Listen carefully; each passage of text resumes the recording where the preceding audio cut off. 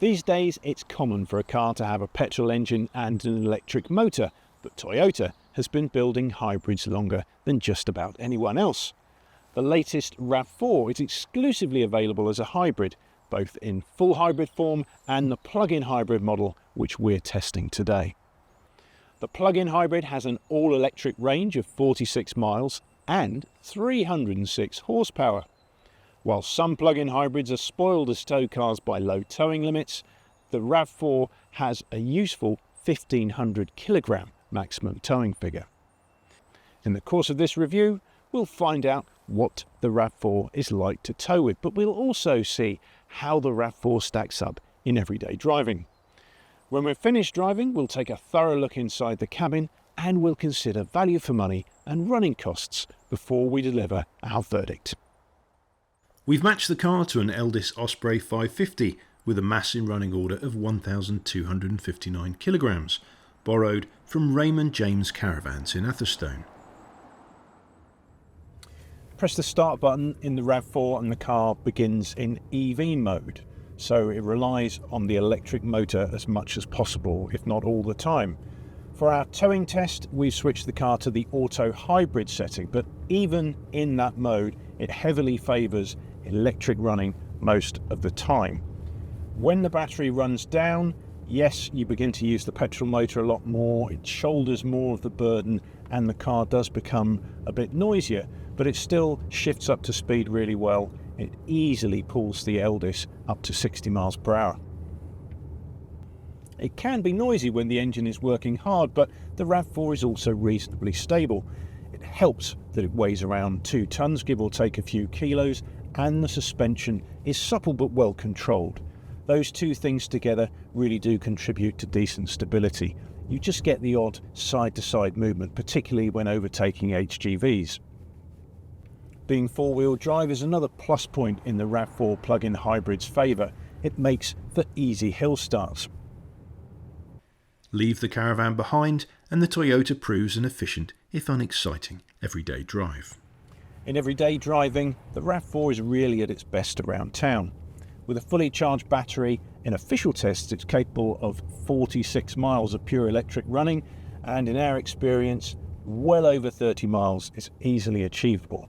So many daily commutes can be achieved without using any petrol at all and without any exhaust emissions. In stop-start traffic, when you're running on electricity alone, the car is very smooth, very easy to drive. It creeps along in near silence. It's a very pleasant way to travel. Head out onto country roads and perhaps the RAV4 isn't quite so at home. You are aware that this is a big, heavy car. It doesn't want to be chucked around at all. It's better suited to a steadier pace. On the motorway, wind and road noise are kept in check, and there's plenty of performance with 306 horsepower to call upon. Let's look inside the Toyota's cabin. You sit up nice and high with a decent view, as you'd expect in an SUV really. There's plenty of adjustment for the seat and the steering wheel, so drivers of most shapes and sizes should be able to find a comfortable and supportive driving position. In terms of the dash design, well, it's really rather conservative. In fact, you could almost call it dull. It certainly doesn't have the showroom appeal of a Volvo XC40, although everything does feel solidly screwed together and made to last, as you'd expect of a Toyota. It's good to see that the air conditioning controls are actual physical controls that have been kept separate from the touchscreen. It makes them much less distracting to use while you're on the move. Talking of the touchscreen, it isn't exactly the most responsive or the sharpest looking display, although it is compatible with Apple CarPlay and Android Auto. You can connect wirelessly if you have an Apple phone. You have to plug in if you use an Android. In terms of storage, there are decent door bins and they're shaped to take a large bottle of drink. You also get twin cup holders between the front seats.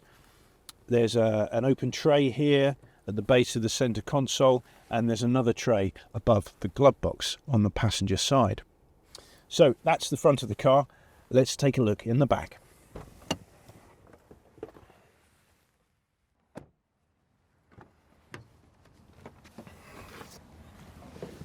So, As you can see, there's plenty of head and leg room. Adults can get comfortable even behind a tall driver. There are air vents between the front seats to keep everyone in the back at a comfortable temperature, and a couple of USB-C ports here to keep phones and tablets fully charged. If there are only 2 people in the back, then you can fold down this armrest, and there are a couple of cup holders hidden within it. As you'd expect, if you're travelling with children, you've got ISOFIX mounting points to make it easy to safely and securely fit child seats. There are a couple of features that you might be looking for in an SUV of this size and price though, which you don't get. This middle bench, for example, doesn't slide back and forth as it does in some rival cars to juggle passenger space and luggage room, and you don't get 7 seats, not even as an option.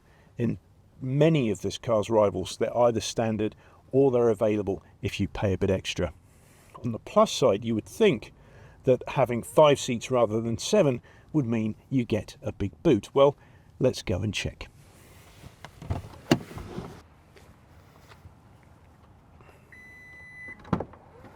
So, you do get a practical amount of luggage space. It's a decent boot, but at 500 litres, it's a bit less than you'd find in, say, a Skoda Kodiaq with 5 seats upright. You also have the charging cables stored in here. Now, you don't have to take them with you on a long journey, of course, but if you do want them, they're going to eat into the available luggage room. One thing that's a little bit of a surprise, you don't have releases on either side of the tailgate to lower the back seats. You have to use the catches that are actually on top of the seats themselves, which means either leaning in quite a long way or going back round to the back doors to fold the seats flat. It's probably not a deal breaker, but it is a nice convenient feature that the car is lacking.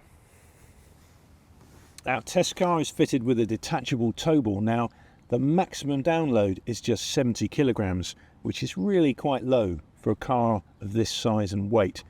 It will take very careful loading to make sure you don't exceed that download limit. Our plug-in RAV4 is a design spec model. At the time of our test, it's priced at £44,175. That makes it just over £3,000 less than the plug-in hybrid Kia Sorento, although that car is larger and has 7 seats. Running costs should be very low, and the rock-bottom emissions make the plug-in a cheap car to tax if you're a company car driver. While towing, we achieved 64.1 mpg, driving 30 miles having started with a full battery, and 28.7 mpg on the return trip once the battery had run low. The RAV4 is not without its frustrations. The infotainment system is poor, it lacks the 7 seats fitted to some rivals, and the maximum download on the tow ball is too low. But it makes a reasonably stable tow car and a very economical one. What's more, Toyota's hybrid know-how shines through.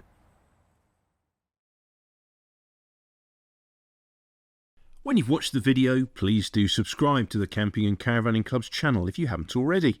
Click on the notification button and you'll never miss any of the club's tow car, caravan, camping and motorhome content. If you've enjoyed the video, feel free to click on the thumbs up button to like it and let us know what you think in the comments.